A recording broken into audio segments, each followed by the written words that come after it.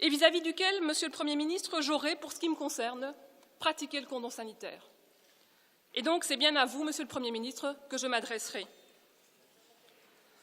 Monsieur le Premier ministre, nous faisons de la politique, mais c'est vrai, nous restons chacun et chacune des hommes et des femmes avec une histoire. Vous évoquiez vous-même hier, Monsieur le Premier ministre, vos grands-parents. Permettez-moi alors ici de rendre hommage aux miens et à ceux de toutes ces diasporas qui ont participé, au sens propre comme au sens figuré, à la construction de ce pays. Alors cet hommage résonne évidemment particulièrement à l'occasion de cette année de la commémoration des 50 ans de l'immigration turque et marocaine. Monsieur le Premier ministre,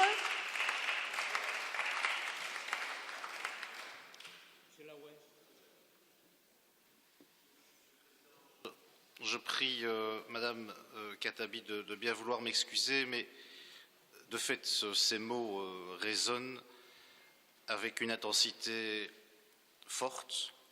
Et je voudrais juste demander à Monsieur le Premier ministre, à Monsieur Franken, s'il se souvient de ce que fut mai 1940 pour la région de Gembloux, à un moment où l'armée française et d'autres alliés cherchent à freiner l'avancée des panzers allemands et où sont engagés la première division marocaine, 3 régiments de tirailleurs marocains, 2 régiments de tirailleurs algériens, plusieurs régiments de tirailleurs africains. Plus de 200 y laisseront la vie. Au total, sur l'ensemble de la campagne mai-juin, plus de 2000 soldats marocains trouveront la mort pour l'indépendance de la Belgique, pour freiner l'offensive allemande. N'est-ce pas là de la valeur ajoutée? Autre point, Monsieur Franken, Monsieur le Premier ministre.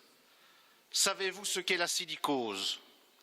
La silicose, c'est cette maladie pulmonaire, progressive, qui engendre une fibrose qui fait au total l'étouffement de celui qui l'a subi. C'est typiquement la maladie des mineurs, ceux qui ont travaillé dans les charbonnages.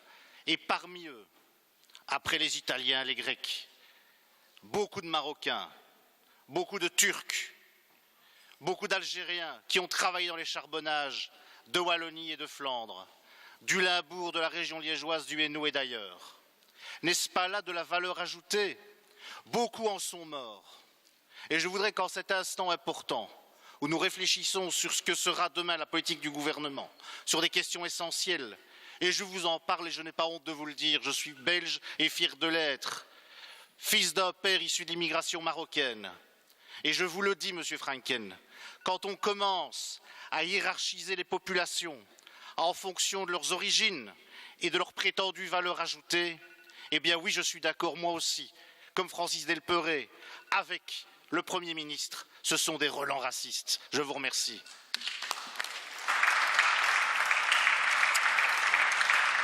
Madame Khattabi.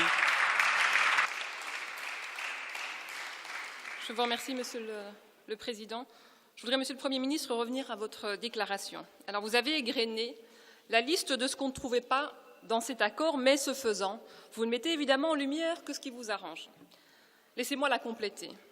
Pas un mot sur le vivre ensemble, pas un mot sur la gestion de notre diversité, pas un mot sur la solidarité avec les victimes de drames qui se jouent autour de nous. Vous ignorez, Monsieur le Premier ministre, vraisemblablement, que depuis le début de l'année, l'Organisation internationale pour les migrations a compté 4077 migrants morts dans ce monde, dont les 3/4, 3072 en Méditerranée.